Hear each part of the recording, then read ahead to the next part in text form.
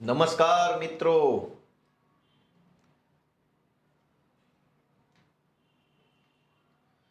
આજે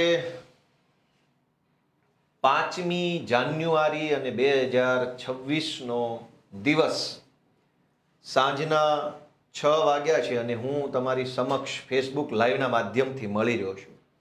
છેલ્લા ઘણા દિવસથી ગુજરાતમાં બગદાણાની અંદર બનેલી નવનીતભાઈને જે મારવામાં આવ્યો એ ઘટના ખૂબ ચર્ચામાં છે. સોશિયલ મીડિયા, ટીવી, સમાજ અને સરકાર આ બધા જ લોકો આ ઘટનાને લઈ ચર્ચા અને ચિંતા કરે છે. ગુજરાતમાં અગાઉ અનેક આવી ઘટનાઓ બની. પહેલા પણ થોડાક સમય પહેલા જ એક વિડીયો વાયરલ થયો હતો. ભાવનગર જિલ્લાના સિહોર તાલુકાના એક ખેડૂતને 2-3 ગુંડા તત્વોએ લાકડીના મારથી મારતા હોય ખેતરમાં, એવી ઘટના બની હતી. આ સિવાય અનેક ઘટનાઓ, પાલનપુરની અંદર એક યુવાનની હત્યાની ઘટના બની, હમણાં બગદાણાની ઘટના બની, અનેક ઘટનાઓ બને છે. અને ભાજપની સરકાર અને ભાજપની વહીવટી સિસ્ટમ એ આ દરેક ઘટનાઓની અંદર કેવી રીતે ગુનેગારોને બચાવવા માટે થઈ જનતાને કેવી રીતે છેતરે છે એ બાબતની માહિતી મારે તમને આજે આપવાની છે. હું 5 જેટલી અલગ અલગ ઘટનાઓની હું તમને માહિતી આપીશ. અત્યાર સુધી તો તમે એ ઘટનાઓને છાપામાં જોઈ હશે, ટીવીમાં વાંચી હશે, બધું જ હશે. નવનીતભાઈની ઘટના હું છેલ્લે કહીશ કે એમાં કેવું બન્યું. પહેલા હું અલગ અલગ ઘટનાઓથી શરૂઆત કરીશ અને મારી બધાને વિનંતી છે કે શાંતિથી, ગંભીરતાથી સમજજો કે આ 8 ચોપડી પાસ અને એની આખી સરકાર કેવી રીતે જનતાને, અલગ અલગ જ્ઞાતિઓને ગુમરાહ કરી અને કેવી રીતે પોતાનું સિસ્ટમ ચલાવે છે એનો પુરાવા સાથે બધી જ ઘટના હું લઈને આવ્યો છું. સૌથી પહેલા આપણે શરૂઆત કરીએ. મારા હાથમાં એક FIR છે. આ FIR ભાવનગર જિલ્લાના સિહોર તાલુકાના પીપળિયા નળ ગામની છે. પીપળિયા ગામે ફેબ્રુઆરી મહિનાની 28 તારીખે એક ઘટના બની. પોલીસે જે ફરિયાદીએ જે લખાવ્યું છે એ હું વાંચી સંભળાવું તમને, પછી સમજીએ કે આ કેવી રીતે ઘટનાક્રમ બને છે. પણ આ FIR વાંચતા પહેલા હું તમને એક વસ્તુ પૂછું કે ભાઈ, આપણે માર્કેટમાંથી કોઈ સામાન લેવો હોય તો બ્રાન્ડેડ કંપનીનું કોઈ શેમ્પુ છે ઓરિજિનલ, એ છાપેલી કિંમતે મળે ત્યાંથી લેવું વધારે સારું કે ડિસ્કાઉન્ટ મળે ત્યાંથી લેવું વધારે સારું? બ્રાન્ડેડ કંપનીનું શેમ્પુ તો કોઈ પણ માણસ એવું કહે કે ભાઈ ડિસ્કાઉન્ટ મળે ત્યાંથી જ લઈશું, બ્રાન્ડેડ કંપનીનું જ લેવું છે, 1000 રૂપિયા છાપેલી કિંમત છે અને મને 700 રૂપિયામાં ડિસ્કાઉન્ટ સાથે મળે તો હું ડિસ્કાઉન્ટમાંથી જ લઈશ. હવે ડિસ્કાઉન્ટમાં આપણે વસ્તુ લેવા જઈએ ત્યારે વળી એક નવો સવાલ છે કે ઓછું ડિસ્કાઉન્ટ મળે ત્યાંથી લેશો કે વધુ ડિસ્કાઉન્ટ મળે ત્યાંથી લેશો? તો કોઈ પણ સામાન્ય માણસ એવું બોલે કે ભાઈ વધુ ડિસ્કાઉન્ટ મળે ત્યાંથી જ માલ લેવાય ને. બ્રાન્ડેડ કંપનીનું શેમ્પુ 50% ડિસ્કાઉન્ટમાં મળતો હોય તો ત્યાંથી લઈશ અને 10% ડિસ્કાઉન્ટમાં મળતું હશે તો 10%માંથી લઈશ. જ્યાં વધુ ડિસ્કાઉન્ટ ત્યાંથી લઈશ, એ સ્વાભાવિક બાબત છે. ગુજરાતમાં ભાજપની સરકાર, ભાજપના નેતાઓ અને ભાજપની સાથે મળેલા કેટલાક ગળામાં પટ્ટો પહેરેલા પોલીસના અધિકારીઓ, આ ત્રણેય ભેગા મળી અને ગુજરાતની તમામ ઘટનાઓમાં આરોપીઓને ડિસ્કાઉન્ટ આપે છે. એ કેવી રીતે? એનો પહેલો દાખલો આપું હું આ સિહોરની ઘટનામાંથી. સિહોરમાં ફરિયાદી છે કલ્પેશભાઈ પોપટભાઈ વઘાસિયા. એનું રહેવાનું સરનામું FIRમાં એને લખાયું છે કે ભાવનગરની કોઈ શેરીમાં, કોઈ પ્લોટ નંબર, કોઈ મકાન નંબરમાં રહે છે અને એનું મૂળ વતન પીપળિયા ગામ છે. હવે એ FIR લખાવે છે. આપણે એક વખત એવું માની લઈએ કે અહીંયા FIRમાં જે લખ્યું છે એ જ સત્ય છે, બીજી કોઈ ઘટના બની નથી. તો એ લખાવે છે કે મારું નામ ફલાણું છે, ફલાણી તારીખના રોજ સવારે 10:30 વાગ્યે હું મારા ગામમાં એટલે કે પીપળિયામાં પહોંચી ગયો. આશરે 11 વાગ્યે હું અને મારા પપ્પા પોપટભાઈ લીંબાભાઈ વઘાસિયા બંને અમારે ખેતરે વાડીએ ગયા 11 વાગ્યે, એટલે કે 28 તારીખ ફેબ્રુઆરી મહિનાના સવારે 11 વાગ્યે આ ફરિયાદ લખાવનાર વ્યક્તિ અને એના પપ્પા વાડીએ ગયા. હું અને મારા પપ્પા ચાલીને જતા હતા, એમાં હું તેમની પાછળ આશરે 100 મીટર દૂર હતો એવું લખેલું છે. મેં હાઇલાઇટ કર્યું છે કે 100 મીટર દૂર, એટલે કે કલ્પેશભાઈ 100 મીટર પાછળ છે અને પોપટભાઈ 100 મીટર આગળ છે. 100 મીટર એટલે બધા સમજે છે કાંઈ નજર સામે દેખાય એટલું. ત્યારે મારા પિતા પોપટભાઈ આગળ ચાલીને જતા હતા, તેની પાસે અમારા ગામના નિલેશભાઈ ઘેલાભાઈ સાનિયા, જેના હાથમાં કુંડળીવાળી લાકડી હતી, તથા મયુરભાઈ ઘેલાભાઈ સાનિયા જેના હાથમાં પણ કુંડળીવાળી લાકડી હતી, તથા સાજણભાઈ આનંદભાઈ તથા ખેતાભાઈ આનંદભાઈ જે બંનેના હાથમાં પણ લાકડીઓ હતી, તેઓ મારા પિતા પાસે લાકડીઓ લઈને જતા હું મારી વાડીએથી મારા પિતાની પાછળ હતો અને આ ચારેય જણાને જોઈને હું ઉતાવળા પગલે ચાલી મારા પિતા પાસે પહોંચ્યો. એ સમયે આ ચારેય લોકો જેના હાથમાં લાકડી હતી એ મારા પિતાને એવું કહેતા હતા કે તું કેમ અમને ઢોર ચારવાની ના પાડે છો? આજે તને જીવતો રહેવા દેવો નથી એવી મારી નાખવાની ધમકી આપી ચારેય જણા મારા પિતાને જાનથી મારી નાખવાના ઈરાદે લાકડી લઈને મારવા લાગ્યા. જેમાં નિલેશભાઈ એના હાથમાં હતી એ લાકડી મારા પિતાના ડાબા ભાગે મારી, ગંભીર ઈજા કરી. મયુરભાઈએ લાકડી ખભા ઉપર મારી. સાજણભાઈ અને ખેતાભાઈએ શરીરના અન્ય ભાગ ઉપર લાકડી મારી. આવું એફઆઈઆરમાં ફરિયાદીએ લખાયું છે. હવે આ ફરિયાદી લખાવે છે ત્યારે ફરિયાદી પોતે ત્યાં હાજર છે, પણ આખી એફઆઈઆરમાં એવું નથી લખ્યું કે ભાઈ વચ્ચે પડ્યો છોડાવવા માટે, કે છોડાવવા વચ્ચે પડ્યો તો બે ધોકા એને પોતાને પણ વાગી ગયા, એવું આખી એફઆઈઆરમાં ક્યાંય લખેલું નથી. આ એફઆઈઆર હું વાંચું છું. એફઆઈઆર છે સિંહોર પોલીસ સ્ટેશનની 28 ફેબ્રુઆરી 2025ની. એવું કેમ બન્યું કે એના પપ્પાને 4 લોકો મારે છે અને આ ભાઈ કઈ છોડાવવા પડતો નથી અને આ ભાઈને એક લાકડી પણ વાગતી નથી? મારવા જ આવ્યા છે તો એના છોકરાને 2 લાકડી મારશે. હકીકત એવી છે કે ભાવનગર પોલીસના એક ઉચ્ચ અધિકારીએ ભાજપની દલાલી કરી, ગળામાં પટ્ટો પહેરી અને આખી ખોટી એફઆઈઆર ઊભી કરી છે આરોપીઓને ડિસ્કાઉન્ટ આપવા માટે. ઘટના એમ બની હતી કે એ 4 લોકોએ આ બાપાને ખેતરમાં જઈ માર્યો, એનો વિડીયો વાયરલ થયો, ઓલ ગુજરાતે જોયો. ત્યારે ત્યાં ઘટના સ્થળે બાપા પોતે એકલા અને 4 મારનારા લોકો, કુલ 5 લોકો જ ખેતરમાં હતા. છઠ્ઠો કોઈ માણસ ત્યાં ખેતરમાં હાજર નહોતો. આ ફરિયાદ જેના નામની પોલીસે લખી છે, કલ્પેશભાઈ પોપટભાઈ વઘાસિયા, એ ગુનો બન્યો તે દિવસે ભાવનગરમાં પોતાના ઘરે હાજર હતા, ગામડે હતા નહીં. છતાંય તે ભાજપનો પટ્ટો ગળામાં પહેરેલા એક પોલીસવાળા અધિકારીએ આ વ્યક્તિને પોતાના પિતાના મારનાર વ્યક્તિ વિરુદ્ધનો ફરિયાદી બનાવ્યો. અને ફરિયાદી એવી રીતે બનાવ્યો કે હું પોતે ત્યાં હાજર હતો અને મારી હાજરીમાં ઘટના બની અને મારા પપ્પાને મારતા હતા ને આવું કહેતા હતા. પોલીસે આવું કેમ કર્યું? આ ભાઈ ત્યાં હાજર નતો, એના પપ્પાને મારતા હતા ત્યારે એના પપ્પા અને મારનારા 4 લોકો જ હાજર હતા. તો પછી પોલીસે આને કેમ ફરિયાદી બનાવ્યો? આરોપીઓને ડિસ્કાઉન્ટ આપવા માટે. કેવી રીતે? કે જો ફરિયાદ ખોટી નોંધાય તો કોર્ટની અંદર અદાલતમાં જામીન મેળવવામાં, બીજી ત્રીજી બધી જ પ્રોસેસમાં આરોપીઓને ફાયદો મળે. કેમ કે એફઆઈઆર ખોટી છે. એફઆઈઆર ખોટી કેવી રીતે છે? આ એફઆઈઆરમાં ભાવનગર પોલીસે કલમ લગાવી છે 307, એટલે કે જાનથી મારી નાખવાની કોશિશ, એટલે આઈપી નવી કલમ છે 109(1). પછી 506 એટલે કે ધમકી મારવાની કલમ, અને કલમ 114 એટલે કે ગુનેગાર એક વ્યક્તિની હારે બીજા 3-4 લોકો ત્યાં હાજર હોય એને 114. એટલે આ જૂની કલમ બોલું છું. નવી કલમ છે 109, 351 ને 54. પોલીસે આરોપીને ફાયદો કરાવવા માટે, માથાભારે ગુંડા બદમાશ તત્વોને ડિસ્કાઉન્ટ આપવા માટે કે કોર્ટમાં સજા ન થાય, જલ્દી જામીન મળી જાય, પાસા ન થાય, ગુસ્સીટોક ન લાગે, એટલા માટે ખોટો ફરિયાદી ઉભો કર્યો. અત્યારે આ જ્યારે હું બોલું છું ત્યારે 5મી જાન્યુઆરીના રોજ, એટલે કે 1 વર્ષ લગભગ પૂરું થવા આવશે, એ જે બાપાને 4 લોકોએ માર્યો હતો એ બાપા આજે પણ કોમામાં છે, બેભાન અવસ્થામાં છે. 1 વર્ષથી એ માણસ ખાટલામાંથી ઊભા નથી થયા. જો પોલીસે એ બાપાની ફરિયાદ લીધી હોત, એ બાપાને જ ફરિયાદી બનાવ્યા હોત તો પેલા લોકોને આજની તારીખમાં જામીન ન મળ્યા હોત. કેમ કે આરોપી અત્યારે બેભાન છે, પીડિત બેભાન છે. પોલીસે બુદ્ધિ વાપરી, ભાજપનો પટ્ટો ગળામાં પહેર્યો, ટોમી બની ગયા અને માર માગ્યો છે જે બાપાને, એના છોકરાને ખોટો ફરિયાદી બનાવ્યો. એના કારણે આરોપીઓને ડિસ્કાઉન્ટ મળ્યું. આરોપી જેલમાંથી ક્યારનાય છૂટી ગયા છે, 400 મહિના પહેલા છૂટી ગયા છે. અને જેને માર વાગ્યો છે એ બાપા 1 વર્ષથી અત્યારે પોતે કોમામાં છે. અને આ ફરિયાદની અંદર કઈ કલમ, બીજું શું ખોટું કરવામાં આવ્યું કે પોલીસે એફઆઈઆરમાં લખ્યું છે કે ઘટના બની 12 વાગે. એફઆઈઆરમાં 12 વાગે ઘટના બની એવું લખ્યું પોલીસે. એની પોલીસ સ્ટેશનને જાણ રાત્રે 9:30 થઈ એવું પોલીસે લખ્યું છે. જ્યારે એફઆઈઆર ની અંદર એવું લખ્યું છે કે હું 11 વાગે ખેતરે ગયો ત્યારે 100 મીટર દૂરથી મારા પપ્પાને માર્યા, હું ત્યાં હાજર હતો. તો 11 વાગે ઘટના બની, એની જાણ પોલીસને રાત્રે 9:30 થઈ છે એવું પોલીસે બતાવ્યું. એટલે કે ટાઈમની અંદર પણ આરોપીઓને ડિસ્કાઉન્ટ આપવામાં આવ્યું. ખોટો ટાઈમ, ખોટી ઘટના, ખોટો ફરિયાદી, આવું બધું ખોટું લખે એટલે આનો ફાયદો હંમેશા કોર્ટમાં આરોપીને મળે. એક વકીલ તરીકે હું જાણું છું. બીજું કે આની અંદર પોલીસે 3 કલમ ઓછી લખી. કઈ કલમ ઓછી લખી?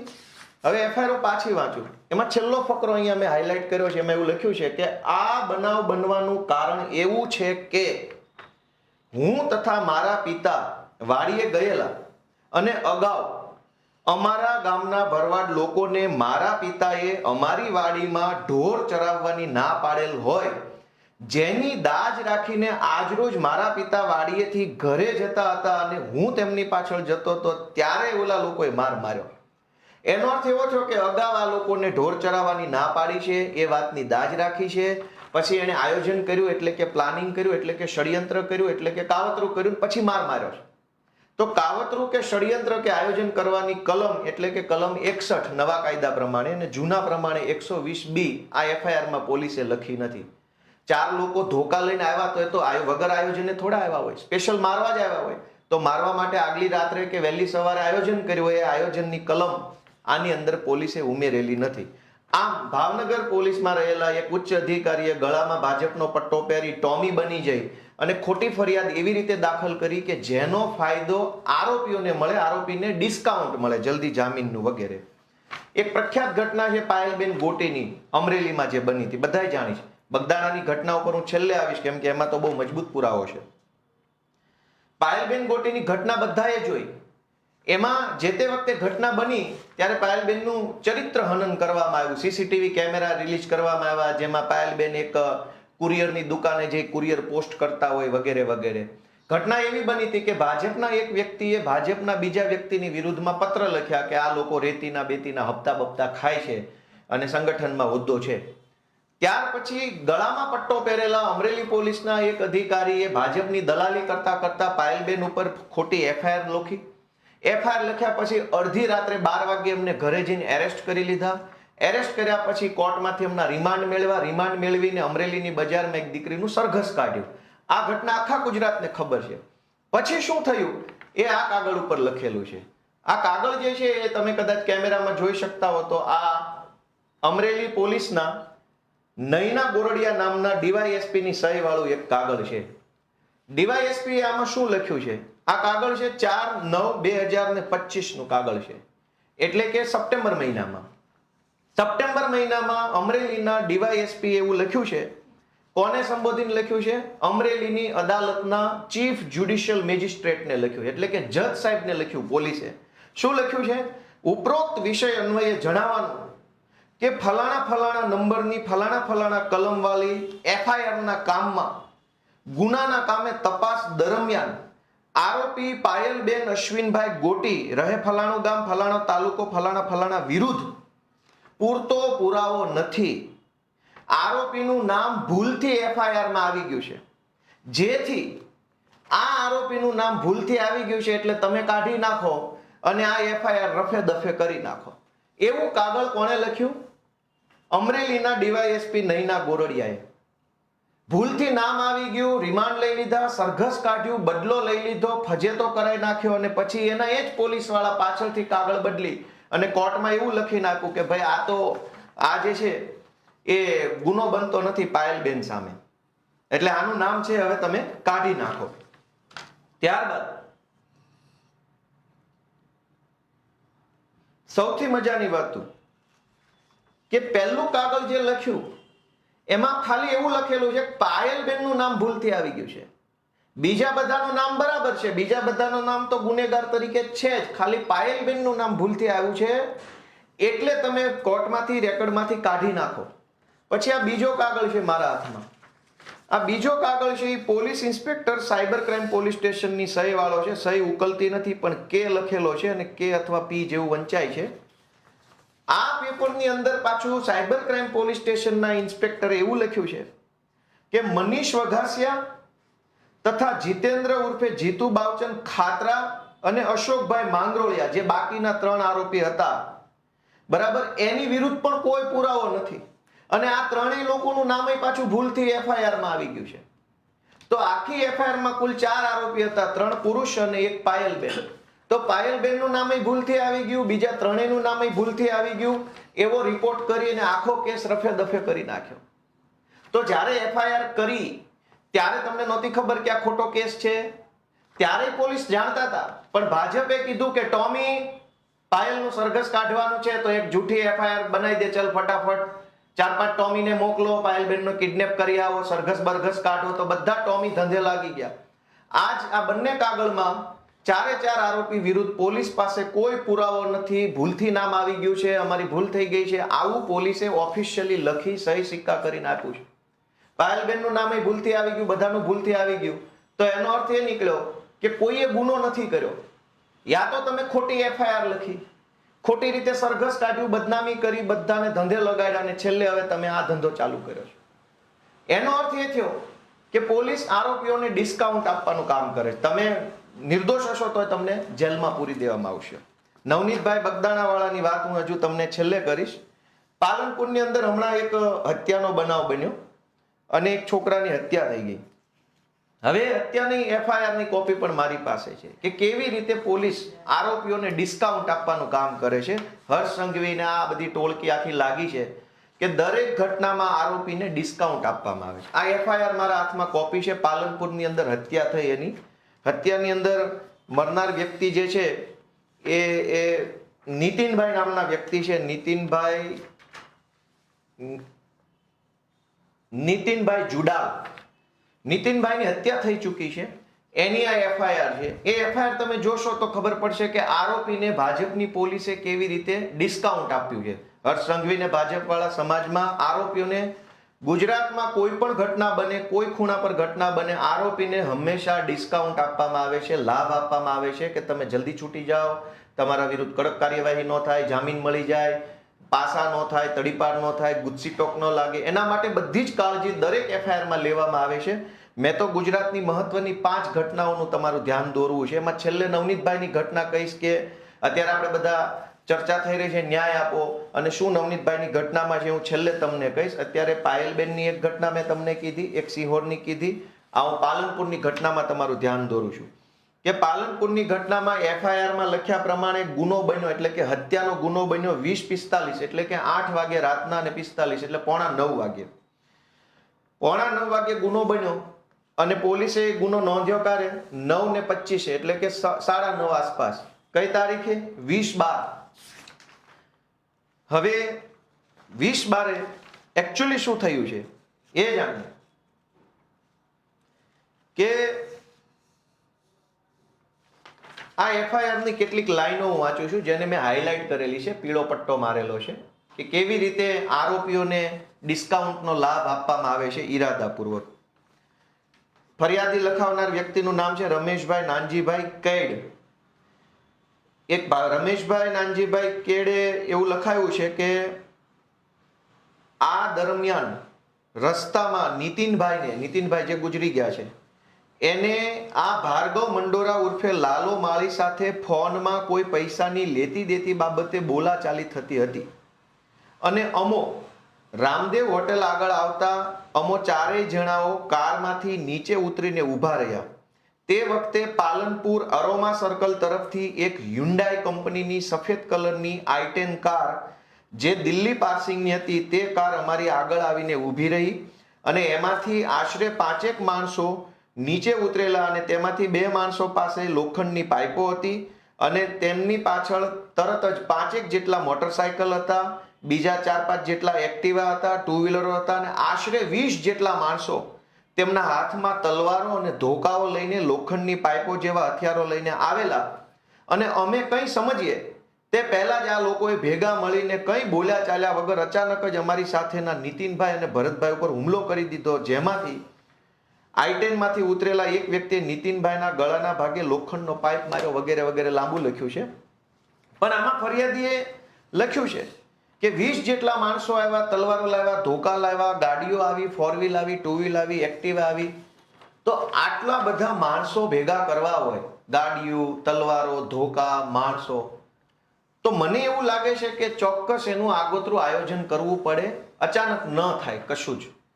કલાક, 2 કલાક, 5 કલાક કે 2 દિવસ અગાઉ એનું પ્લાનિંગ કરવું પડે. બધાને ફોન કરીને કહેવું પડે કે ભાઈ પેલો નીતિન છે એને હું મળવા બોલાવું ને આજે એને મારવાનો છે કે મારી નાખવાનો છે, તો તમારે બધાએ ધોકા બોકા લઈને આવવાનું છે વગેરે વગેરે. એટલે કાયદામાં એક કલમ છે, એ કલમને જૂની કલમ એની છે 120B અત્યારે નવી કલમ છે 61, એ હું અંગ્રેજીમાં વાંચું છું, પછી ગુજરાતી કહીશ. અંગ્રેજીમાં કલમ 61 માં એવું લખ્યું છે કે when two or more persons agree with the common object to do or cause to be done an illegal act or an act which is not illegal by illegal means, such an agreement is designated a criminal conspiracy.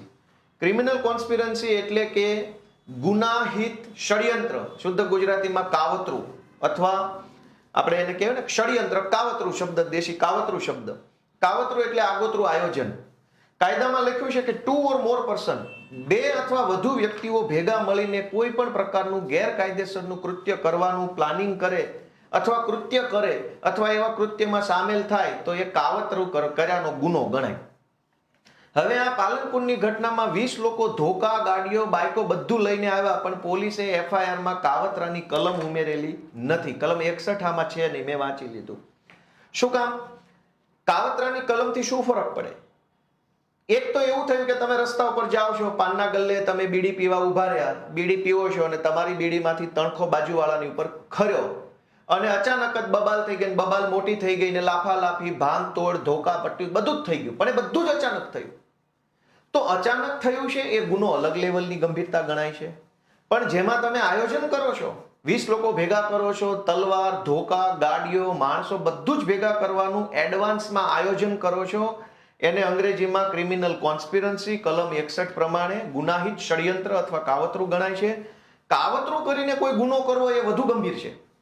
એક તો તમે બીડી પીવો છો, તમારા મનમાં નથી કોઈને લાફો મારવાનો, પણ બીડી પીતા હતા, તણખો ઉડ્યો, બબાલ થઈ ગઈ, મારામારી થઈ ગઈ, તો એમાં તમારો ઈરાદો શરૂઆતથી ક્રાઇમ કરવાનો નથી. પણ જ્યારે તમે આયોજન કરો છો ત્યારે તમારો શરૂઆતથી જ ઈરાદો ખૂન કરવાનો, મારામારી કરવાનો કે ગેરકાયદેસરનું કૃત્ય કરવાનો છે.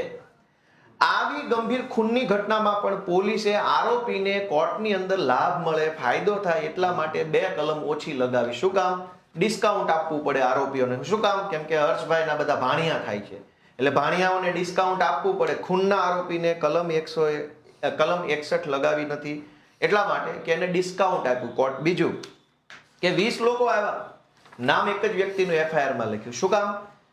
કે જ્યારે એક વ્યક્તિ સાગર મંડોરાનું નામ FIR માં છે, બીજા કોઈના નામ લખ્યા નથી. હવે બીજા લોકો 20 ને બદલે 40 પકડશે પોલીસ. એ કોર્ટમાં જશે ત્યારે એના વકીલ, કેમ કે હું વકીલ છું, એવું કહેશે કે ભાઈ અમારું તો FIR માં નામ નથી, અમને તો ખાલી શકના આધારે પકડ્યા છે, અમે તો નિર્દોષ છીએ. તો આ લાભ બધા આરોપીને હંમેશા મળતો હોય છે. મારું FIR માં નામ નથી, હું તો નિર્દોષ છું, મને તો શકના આધારે રાજકીય પ્રેશરથી આમ તેમ કરીને પકડ્યો છે. તો ટેકનિકલી કોર્ટમાં એ વાતનું વજન પડે હંમેશા માટે, નામ ન હોય એનું. તો પોલીસને આ ખબર છે, ભાજપને આ ખબર છે કે આરોપીને ડિસ્કાઉન્ટ આપવું છે, તો શૈલેષ મંડોરાનું એકનું નામ લખો, બીજા 10 એની સાથે આવેલા લફંગાનું નામ FIR માં નહીં લખવાનું, પાછળથી લઈ આવવાના અને રીલ બિલ બનાવીને પબ્લિકને બતાવી દેવાની. જો ભાઈ હવે તમે કલમ લાગી છે કે નથી લાગી, નામ લખ્યા છે કે નથી લખ્યા, ટાઈમ બરાબર લખ્યો છે કે નથી લખ્યો, એ બધું છોડો, રીલ તો બનાવી દીધી, રીલ જોવો, લાઈક શેર કરો અને ન્યાય મળી ગયો. આ દરેક ઘટનાની અંદર કાગળ ઉપર હંમેશા આરોપીને ડિસ્કાઉન્ટ આપવામાં આવે છે અને જનતાને રીલ બતાવી અને પોલીસ અને ભાજપ એવું આશા રાખે છે કે ન્યાય થઈ ગયો. ભાઈ દરેક ઘટનામાં રીલ બતાવી અને ન્યાય આપવાનો અહેસાસ ઉભો કરવામાં આવે છે. કાગળ ઉપર ડિસ્કાઉન્ટ હોય છે. આ સિંહોરની ઘટનાની અંદર કલમ 61, કલમ 3.5, કલમ 118, 117, 118(2) આટલી કલમો પોલીસે ઓછી લખાવી છે. પોલીસે જે લખ્યું છે એ પ્રમાણે જે કલમ લાગવી જોઈતી હતી એ કલમ લાગી નથી. જેને માર વાગ્યો છે બાબા અત્યારે 1 વર્ષ પછી પણ હજુ કોમામાં છે, છતાંય આરોપી છૂટી ગયા. શું કામ? કાગળ ઉપર ડિસ્કાઉન્ટ આપ્યું આરોપીને અને પછી સ્થળ ઉપર રીલ બનાવી અને ફરિયાદીને એના સમાજને આપી દીધી. જાઓ ભાઈ, તમારી રીલ તો બનાવી દીધી, હવે શું છે, ન્યાય બાય થઈ ગયો બધું, રીલ જોવો, મજા કરો, કેવા લંગડા ચાલે છે, જોવો. પણ કાગળ ઉપર કશું જ કડક હોતું નથી, ખાલી રીલ બતાવવા માટે હોય છે. પાયલબેનની ઘટનામાં રીલ બની ગઈ, કાગળ ઉપર તો કે ભાઈ ભૂલ થઈ ગઈ, બધું ખોટું છે. પાલનપુરની ઘટનામાં રીલ બની ગઈ, પણ કાગળ ઉપર એક જ આરોપીનું નામ લખ્યું છે, બીજા બધાને કોર્ટમાં ફાયદો મળશે જલ્દી છૂટવામાં, નિર્દોષ છૂટવામાં. કાવતરાની કલમ નથી, સહ આરોપીઓની કલમ નથી. કાયદામાં એક કલમ છે 54 નંબરની, જૂના કાયદામાં 114 હતી. 54 નંબરની કલમ શું કહે છે કે whenever any person who is absent would be liable to be punished as an abettor and whenever any person is present when the act or offense for which he would be punishable in consequences of the abatement is committed, he shall be deemed to have committed such act or offense. કોઈ ગુનો બને ત્યારે એમાં બે પ્રકારના સહ આરોપી હોય, એક છુપો સહ આરોપી અને એક જ્યાં હાજર હોય એવો સહ આરોપી. ધારો કે ગોપાલભાઈએ રમેશભાઈને એમ કીધું કે જા ભાઈ પેલા નવનીતના ટાંટિયા તોડી નાખ, હું બેઠો છું. તો નવનીતભાઈના ટાંટિયા તોડવામાં આવતા હોય ત્યારે ગોપાલભાઈ ત્યાં હાજર ન હોય, પણ કીધું તો ગોપાલભાઈએ હોય એટલે ટાંટિયા તોડવામાં આવતા હોય. તો ટાંટિયા તોડવાના વિડીયોમાં ગોપાલભાઈ નથી એટલે ભાજપની ગળામાં પટ્ટો પહેરેલા કેટલાક ટોમી અધિકારી આપણને એમ સમજાવે કે ભાઈ ગોપાલભાઈ ક્યાં વિડીયોમાં છે, એ થોડા આરોપી છે, એ તો નિર્દોષ છે. આ જો 4 લોકો જે વિડીયોમાં હતા એનું પકડીને રીલ તો બનાવી દીધી. હવે રીલ જોઈ લો, મજા કરો, લાઈક કોમેન્ટ શેર કરો, ન્યાયની વાત ક્યાં કરો છો તમે? પણ કાયદો એવું કહે છે કે whenever any person who is absent એટલે ગેરહાજર, ક્યાં ઘટના જ્યાં બનતી હોય ત્યાં જે માણસ હાજર ન હોય એ માણસ પણ ગુનેગાર હોય, એ પણ ગુનો કરવામાં સહાયક હોય. એની કલમ 54 અત્યારે નવા કાયદા પ્રમાણે, જૂના કાયદા પ્રમાણે 114. તો આ જે પાલનપુરની હત્યાની ઘટના બની છે એમાં કલમ 54 એટલે કે અન્ય સહ આરોપી, છુપા કે જાહેર આરોપીઓની કલમ લખેલી નથી. શું કામ? કેમ કે આરોપીને હર્ષભાઈ તરફથી ડિસ્કાઉન્ટ કે જાઓ ભાઈ ભાજપની સરકાર છે, થાય એટલા ક્રાઇમ કરો, તમારે ક્યાં કાંઈ ટેન્શન છે, અમે બેઠા છીએ બધા ગુનેગારોને હાચવવા વાળા. એટલે આની અંદર ષડયંત્રની 20 જણાનું ટોળું ભેગું કરી આયોજન કરવાની અને 54 એટલે કે 114 એટલે કે છુપા અથવા જાહેર સહ આરોપીઓને અંદર કડક કાર્યવાહી થાય એવી કલમ લખી નથી. પણ પોલીસે પાલનપુરની ઘટનામાં રીલ બનાવી દીધી છે એટલે ભાજપની સરકાર એવું ઈચ્છે છે કે ભાઈ રીલ જોવો, લાઈક કોમેન્ટ શેર કરો. આ બધું કાગળમાં ક્યાં તમે પડો છો? તમારે શું કાગળ આરે લેવા દેવા છે? રીલ તો બની ગઈ વ્યવસ્થિત ચકાચક. ત્યારબાદ દાહોદની અંદર મનરેગા કૌભાંડ થયું, આખા ગુજરાતને ખબર છે, એની આ એફઆઈઆર છે મારી પાસે. મનરેગાની અંદર બહુ મહાપુરુષો બધા આરોપી તરીકે પકડાયા. આ દાહોદની મનરેગાની એફઆઈઆરમાં એક ફરિયાદી કોણ છે? ફરિયાદી છે શરદકુમાર વિઠ્ઠલભાઈ બાંભરોલિયા. ડિસ્કાઉન્ટ આપવાનું આરોપીને કેવી રીતે એ હું તમને સમજાવું છું. ગુજરાતની તમામ ઘટનાઓમાં ભાજપની સરકાર આરોપીઓને ડિસ્કાઉન્ટ આપે છે, સજા ન થાય, નિર્દોષ છૂટી જાય, જલ્દી જામીન મળી જાય, પાસા ન થાય, એની 100% કાળજી રાખવામાં આવે છે. ગુંડાઓને છાવરવા માટેની કોઈ પણ એફઆઈઆર તમે મને ગુજરાતની આપશો તો હું તરત એને ખોલીને તમને સમજાવી શકીશ કે ગુંડાઓને બચાવવા, ડિસ્કાઉન્ટ આપવા માટે પોલીસે જાણી જોઈને આટલી ભૂલો આ એફઆઈઆરમાં રાખી છે. એ ભૂલ આરોપીના વકીલ તરત જ કોર્ટમાં બોલવાના છે. કોર્ટમાં બોલશે એટલે આરોપીના પક્ષની અંદર આખો કેસ થઈ જશે. અત્યારે હું તમને મનરેગા કૌભાંડ દાહોદમાં જે થયું એને હું તમને એફઆઈઆર વાંચી સંભળાવું. એમાં ફરિયાદી છે શરદકુમાર વિઠ્ઠલભાઈ બાંભરોલિયા, નિયામક છે, સરકારી નોકરિયાત છે. એને ફરિયાદ આપી, એમાં એવું લખ્યું છે કે મનરેગા યોજના હેઠળ કરવાના થતા કામો અપૂર્ણ જણાય છે, એટલે કે પૂરા નથી કર્યા. તેમ છતાં તે કામોનું કમ્પ્લીશન સર્ટી તથા ખોટા પુરાવા ઊભા કરી પૂર્ણ પેમેન્ટ કરી દેવામાં આવેલ છે અથવા મેળવી લેવામાં આવેલ છે. નાણાં ચૂકવનાર અધિકારીઓ દ્વારા અધૂરા કામો કરવા છતાં એજન્સીઓને નાણાંની ચૂકવણી કરી કાયદેસરની કરવાની થતી ફરજમાં નિષ્કાળજી દાખવનાર અધિકારી, કર્મચારી તેમજ કરાર આધારિત કર્મચારીઓએ એજન્સી સાથેના એકબીજાના મેળાપીપણું કરી સરકારને નુકસાન પહોંચાડ્યું છે. આ પેરેગ્રાફ એફઆઈઆર ની અંદર લખેલો છે. પછી આગળ પાછળ તો બધી વાર્તા છે. આની અંદર એજન્સી લખ્યું છે, પણ કઈ એજન્સી? રમેશભાઈ એજન્સી, સગનભાઈ agency, Satyasai agency, Bollywood agency, Skylab agency, Sony agency, કઈ એજન્સી? એજન્સીનું નામ ઈરાદાપૂર્વક એફઆઈઆરમાં લખવામાં આવ્યું નથી. શું કામ? કોર્ટમાં જાય તો કાલે વળી પ્રશ્ન આવે, ભાઈ અમારું ક્યાં નામ હતું? આ તો રાજકીય બખાડો થયો, ટીવીમાં આવ્યું, મીડિયામાં આવ્યું એટલે અમને પકડી લીધા. બાકી જુઓ એફઆઈઆરમાં ક્યાં લખ્યું છે ગોપાલભાઈ એજન્સી? વાત તો સાચી છે, એફઆઈઆરમાં ગોપાલભાઈ એજન્સી નથી લખ્યું. પણ 2000 કરોડનું કૌભાંડ થયું. આખી એફઆઈઆરમાં ક્યાંય આરોપીનું નામ લખ્યું નથી. આરોપીનું ખાનું જે આવે એફઆઈઆરમાં એવું લખ્યું છે કે ખોટા બિલ મૂકી, ખોટા રેકોર્ડ બનાવી સરકારમાંથી પૈસા લેનાર એજન્સીના કરતા હતા. તો કઈ એજન્સી ખોટા બિલ મૂક્યા તો તમને ખબર હતી એટલે તો તમે એફઆઈઆર કરાવવા ગયા. તો ત્યારે કોલમની અંદર લખવું હતું કે ભાઈ આ સ્કાય એજન્સી, આ બોટ એજન્સી, આ ફલાણી એજન્સી, એક્સ એજન્સી, વાય, બધી એજન્સીના નામ લખવાની જરૂર હતી. પણ એફઆઈઆરમાં જાણી જોઈને એજન્સીનું નામ ન લખ્યું. ત્યારબાદ આરોપીનું નામ ન લખ્યું. બીજું, સરકારી કયા માણસોએ ખોટા બિલ મંજૂર કર્યા. આમાં લખ્યું છે કે કામ પૂરું નથી કર્યું છતાંય નાણાંની ચૂકવણી કરી તો ફરજમાં નિષ્કાળજી દાખવનાર અધિકારી, તો કઈ 500 અધિકારી થોડા છે. મનરેગામાં નક્કી જ હોય કે તાલુકા કક્ષાનો એક જિલ્લા કક્ષાનો બેસ્ટ અધિકારી હોય, છતાં એનું નામ એફઆઈઆર માં લખ્યું નથી. શું કામ? કે મારું નામ ક્યાં એફઆઈઆર માં છે, મને તો આ રાજકીય પ્રેશર આવ્યું એટલે પકડ્યો છે. ભાઈ સાહેબ બાપા, હું તો નિર્દોષ છું, મને ડિસ્કાઉન્ટ આપો. અને મળી જાય ડિસ્કાઉન્ટ અને છૂટી ગયા. 2000 કરોડના આરોપીઓ છૂટી ગયા જામીન ઉપર. શું કામ? સરકારે એફઆઈઆર કરતી વખતે એને ડિસ્કાઉન્ટ આપેલું છે. આની અંદર ખોટી રીતે લખેલી છે માહિતી, ખોટું લખેલું છે. બીજું કે સૌથી મોટી બે બાબત આ એફઆઈઆર માં હજુ સુધી ભાજપ સરકારે કરી નથી, આરોપીઓને ડિસ્કાઉન્ટ આપવા માટે. કે ભાઈ સાહેબ બાપા, તું અમારા ભાજપનો લાડલો છોકરો છો, જલ્દી છૂટી જાય, એના માટે 4 કલમ ઓછી લગાવું. કેવી રીતે? કે સરકારી કામમાં ખોટા બિલ મૂકવામાં આવ્યા અને એફઆઈઆર માં લખ્યું છે કે એજન્સી દ્વારા કોઈ કામ કરવામાં નથી આવ્યું, તેમ છતાં ખોટા બિલ મૂકી અને પૈસા લઈ લીધા. તો સરકારી કામના બિલ હંમેશા જીએસટી વાળા હોય તો જ હાલે. આ કોઈ પાનની દુકાનનું માવાનું બિલ નથી કે સાદી કાપલી પર હોય. સરકારી મનરેગાના કોન્ટ્રાક્ટના કામોના 2000 કરોડના ખોટા બિલ મૂકવામાં આવ્યા તો એ દરેક બિલ જીએસટી વાળા હશે. એનો અર્થ એ થયો કે મનરેગામાં 2000 કરોડનું કૌભાંડ તો થયું, સાથે જીએસટી નું કૌભાંડ પણ થયું, જીએસટી ચોરી થઈ.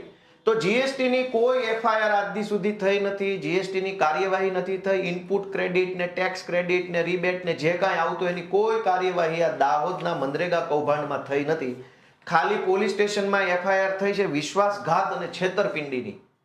પણ આ જીએસટી ના 2000 કરોડના ખોટા બિલ સરકારને પકડાવ્યા ને એમાં જે ક્રેડિટ લીધી હશે એનું શું? તો કે ડિસ્કાઉન્ટ લઈ જાઓ ભાઈ, ભગવાન ભરોસે તંત્ર ચાલે છે. અને બીજું કે પ્રિવેન્શન ઓફ કરપ્શન એક્ટ નામનો કાયદો બન્યો છે, એસીબી, કરપ્શનનો કાયદો. જે સરકારી માણસોએ આવા ખોટા બિલ મંજૂર કરી અને એજન્સીઓને પૈસા ચૂકવી દીધા, એ માણસે પૈસા તો કમાણો. તો સરકારી માણસ ખોટી રીતે પૈસા કમાય એ એસીબી નો ગુનો છે, પ્રિવેન્શન ઓફ કરપ્શનનો, ભ્રષ્ટાચારનો કેસ થવો જોઈએ. જ્યારે આમાં દાહોદના કાંડમાં સરકારી માણસો ઉપર ભ્રષ્ટાચારની એફઆઈઆર નથી થઈ, ખાલી વિશ્વાસઘાતની એફઆઈઆર થઈ છે. 2000 કરોડનો વિશ્વાસઘાત કર્યો, હવે પૈસા પાછા સરકારને કોણ આપશે?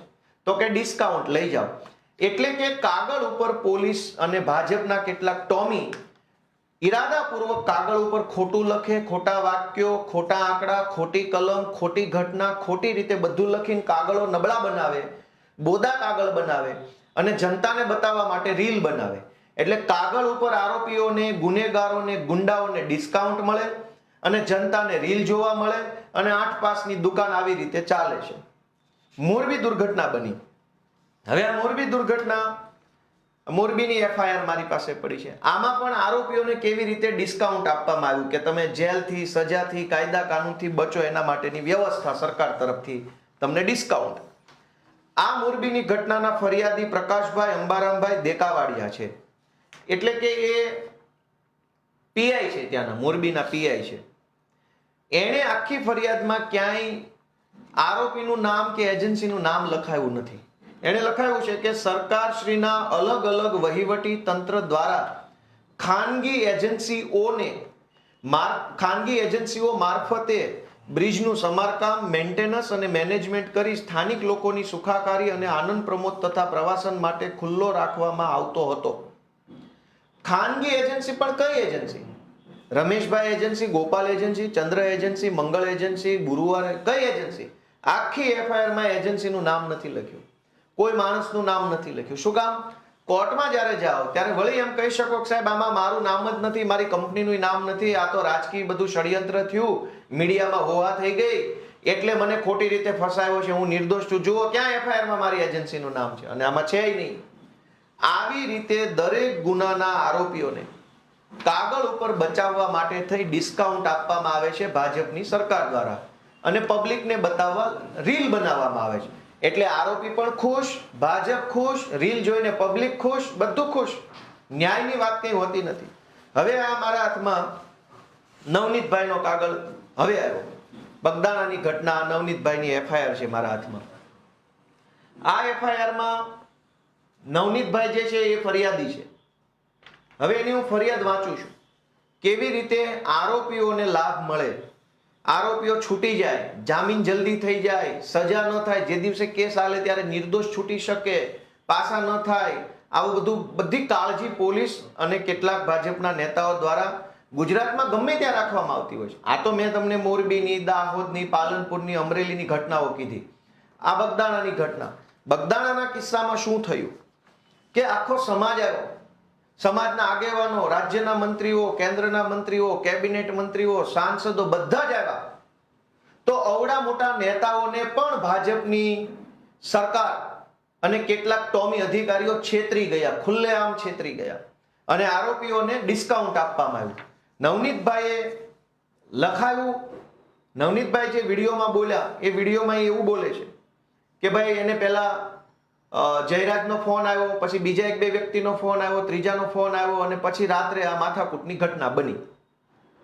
હવે અહીંયા જ્યારે એફઆઈઆર લખી છે એ એફઆઈઆર ને આપણે વાંચીએ તો ખબર પડે કે પોલીસે ઘટના, માનો કે જયરાજે માર્યો છે, મરાયો છે, નથી મરાયો, એ તો તપાસનો વિષય છે, સરકારને એસઆઈટી ફેસઆઈટી બધું થયું છે, પણ કાગળ ઉપર જે પોલીસે લખ્યું છે એ પ્રમાણે કલમ તો નાખવી જોઈએ કમસે કમ. તમે કલમ જ સાચી નહીં નાખો તો કોઈ દિવસ સાચી તપાસ નહીં થાય. એસઆઈટી બનાવો કે આખી એબીસીડી બનાવો, જ્યારે તમારા કાગળમાં તમે ઈરાદાપૂર્વક 3-4 કલમ ઓછી લખી છે. એક તો દરેક વખતે ગુજરાતમાં એવું થાય છે કે ફરિયાદી જે ફરિયાદ લખાવે એ પોલીસ નહીં લખે, પોલીસ એની રીતે લખશે. તમે એમ કહો કે મને માર્યો, મારા ખિસ્સામાંથી આ કરી લીધું, મારો હાથ તોડ નાખ્યો, તો પોલીસ એમ કહેશે એવું નહીં લખાવવાનું, મને ગાળો દીધી એવું લખાવો ખાલી. તમે એમ કહેશો કે ભાઈ મારી પાસેથી પૈસા માંગ્યા તો પોલીસ ના પાડશે, એવું નહીં લખાવવાનું. તમે એમ કહેશો કે ફલાણા ભાઈનું નામ લખો તો પોલીસ કહેશે ના, નામ નથી લખવાનું, તમે એમ નામ ખાલી અમે પાછળથી નામ ઉમેરી દઈશું. એટલે કોઈ પણ એફઆઈઆર જે લખાય છે એ ફરિયાદી સાથે જે ઘટના બની છે એ ઘટનાની એફઆઈઆર નથી હોતી. ફરિયાદી સાથે ધારો કે આટલી ઘટના બની હોય તો પોલીસ આટલી જ લખે એફઆઈઆરમાં, આટલું નથી લખતા. પણ આટલું લખ્યું હોય, ધારો કે આટલી ઘટના નવનીતભાઈ સાથે બની, પોલીસે કાગળ ઉપર આટલી જ લખી, તો એ જે આટલી લખી છે હું વાંચું તો એમાં એવું લખ્યું છે કે આજ રોજ તારીખ ફલાણીના રોજ રાતના 1:30 વાગ્યાની આસપાસ હું, મારા દીકરાનો મને ફોન આવ્યો, એવું લખ્યું છે. નવનીતભાઈને એના દીકરાનો ફોન આવ્યો અને એના દીકરાએ એને એવું કીધું એફઆઈઆર પ્રમાણે. નવનીતભાઈનું કહેવાનું અલગ છે, પણ એફઆઈઆરમાં જે લખ્યું છે એને સાચું માની લઈએ, 100% સાચું, તો પણ કેટલાક ટોમીઓએ આરોપીઓને ડિસ્કાઉન્ટ આપવાનું કામ કર્યું છે. હું એમ માની લઉં કે આ જ સાચું છે.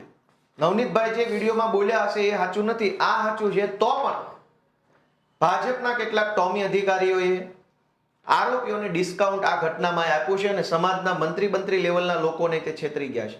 આમાં એવું લખ્યું છે કે રાત્રે નવનીતભાઈને એના છોકરાનો ફોન આવ્યો અને એને છોકરાએ ફોનમાં એવું કીધું પપ્પા મારા ટ્રેક્ટરને કોઈ સફેદ ગાડીવાળાએ રોક્યું છે. સફેદ કેવી ગાડી છે, સફેદ કઈ ગાડી કીધી, ગાડીનું બ્રાન્ડનું નામ લખેલું છે,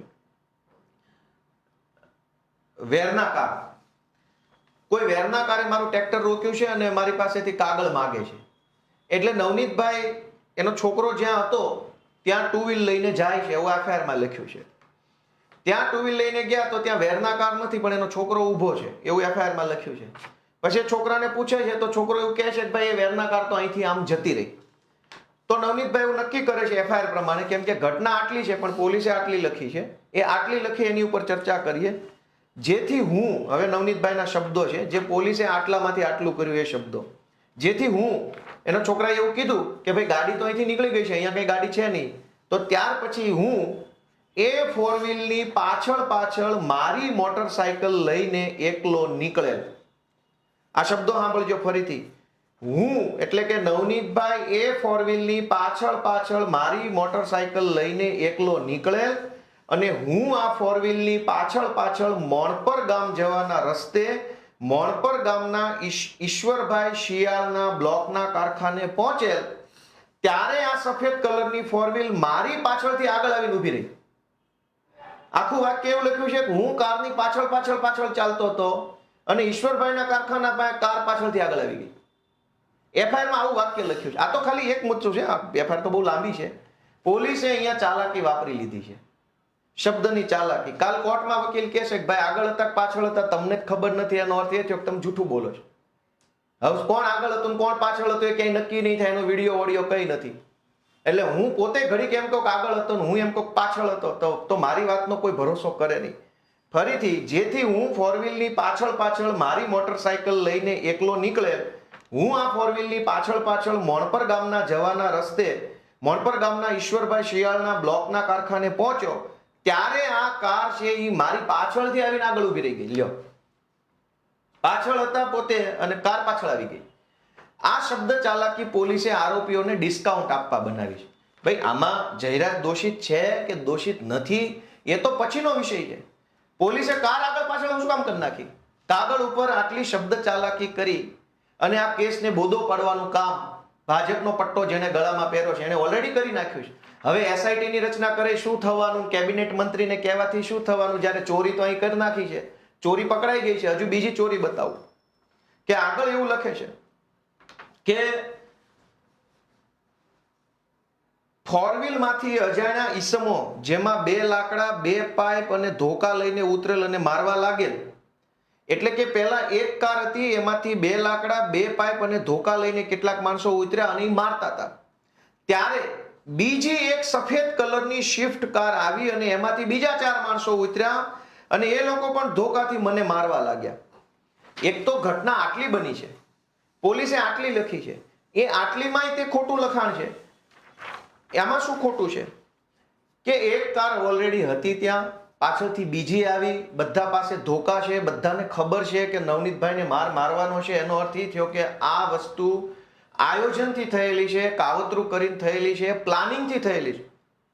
પણ નવનીતભાઈની એફઆઈઆરમાં આયોજનની, કાવતરાની, પ્લાનિંગની કલમ પોલીસે નાખી નથી આરોપીઓને ડિસ્કાઉન્ટ આપવા માટે જામીનનું.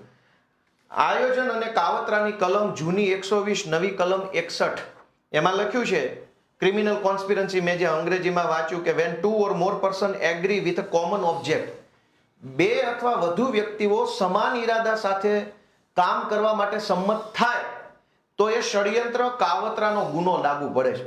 પણ નવનીતભાઈની આખી એફઆઈઆરમાં પોલીસે આરોપીઓને ડિસ્કાઉન્ટ આપ્યું છે કલમ નંબર 61 નું કે ભાઈ તે કોઈ કાવતરું નથી કર્યું, આ તો અચાનક બનેલી ઘટના છે. 2 ફોર વ્હીલ લઈને ધોકા લઈને મારવા આવવું હોય તો એનું આયોજન જ કરવું પડે, એનું પ્લાનિંગ જ કરવું પડે, એના માટે ફોન કર્યા હોય, મેસેજ કર્યા હોય, રૂબરૂ મળ્યા હોય, તો તારી ગાડી ક્યાં ઊભી રહેશે, મારી ક્યાં ઊભી રહે, બધું જ થયું હોય. પણ પોલીસે એ આખા કાવતરા, ષડયંત્ર, આયોજનની બાબતને એફઆઈઆર માંથી હટાવી દીધી છે. કોઈ ભાઈ જયરાજ આરોપી છે કે નહીં તો પછીની વાત છે. પહેલા તો આ 6 જણા આવ્યા, એને ષડયંત્ર તો કર્યું, કાવતરું તો કર્યું, ક્યાંક બેસીને મીટિંગ તો કરી, એ ઘટના આખી એફઆઈઆર માંથી હટાવી દીધી છે. હવે હર્ષ સંઘવીએ કીધું કે ભાઈ એસઆઈટી ની રચના કરશું. શું એસઆઈટી કરશો તમે? જ્યારે એફઆઈઆર તો આરોપીને ડિસ્કાઉન્ટ આપવાની કરી છે. આપણે એમ માની લઈએ કે જે 6 લોકો વિડીયોમાં દેખાય છે એટલા જ ગુનેગાર છે, બીજું કોઈ આમાં ગુનેગાર નથી. તો પણ પોલીસે આરોપીને ડિસ્કાઉન્ટ કેમ આપ્યું? આની અંદર એક તો કાવતરાની કલમ નથી લખી નવનીતભાઈની ઘટનામાં. બીજું, કાયદામાં એક કલમ છે 34 નંબરની જૂની કલમ છે, એની નવી કલમ છે 3 ની પેટા કલમ 5. આ બહુ ઇન્ટરેસ્ટિંગ કલમ છે, આ જાણવા જેવો વિષય છે કે પોલીસ કેવી રીતે દરેક ઘટનામાં ગુનેગારોને ડિસ્કાઉન્ટ આપે છે. અંગ્રેજીમાં હું વાંચું છું કલમ 3 ની પેટા કલમ 5, એટલે કે 3(5). When a criminal act is done by several persons in furtherance of the common intention of all, each of such persons is liable for that act in the same manner as if it were done by him alone. શુદ્ધ ગુજરાતીમાં સૌનો સમાન ઈરાદો. કાયદામાં 2 બાબત છે. ગોપાલભાઈ છે એ રમેશભાઈને મારવા જાય છે, કાર લઈને રસ્તામાં નીકળ્યા તો રસ્તામાં એનો ભાઈબંધ સુરેશ ઊભો હતો. તો ગોપાલભાઈ કીધું કે ભાઈ સુરેશ આવીને ગાડીમાં બેસી જાય ને આપણે 2 ભાઈ એક ચક્કર મારતા આવીએ. સુરેશને નથી ખબર કે ગોપાલભાઈ મારવા જાય છે અને ગોપાલભાઈ ત્યાં ગાડી ઊભી રાખીને પેલાને માર્યો. પેલા એફઆઈઆર લખાવી કે ગોપાલ ને સુરેશ બેય આવીને મને માર્યો. પણ વાસ્તવિકતા શું હતી કે સુરેશને તો કઈ ખબર જ નથી, એ તો ભૂલથી ગાડીમાં બેસી ગયો પણ બની ગયો આરોપી. તો આ કલમ એવું કહે છે કે એક કરતા વધુ વ્યક્તિઓ ભેગા મળીને પોતાનો સમાન ઈરાદો પાર પાડવા માટે કોઈ કૃત્ય કરે તો એ ગંભીર ગુનો બની જાય છે. કલમ 3 ની પેટા કલમ 5. હવે આ ઘટનામાં 4-5 લોકો 2 ગાડી ભરીને મારવા આવ્યા તો બધાને ખબર જ હતી કે મારવા જઈએ છે. બધાનો ઈરાદો મારવાનો હતો, બધાનો ઈરાદો તે પોતાની દમ બતાવવાનો હતો. તો પોલીસે બધાનો એક સમાન ઈરાદો હતો, બધા મારવા જ આવ્યા હતા, કોઈ ભૂલથી નહોતું આવી ગયું, કોઈ અજાણતા નહોતું આવ્યું, બધા ગુનેગારો છે, બધાનો ઈરાદો ખરાબ હતો.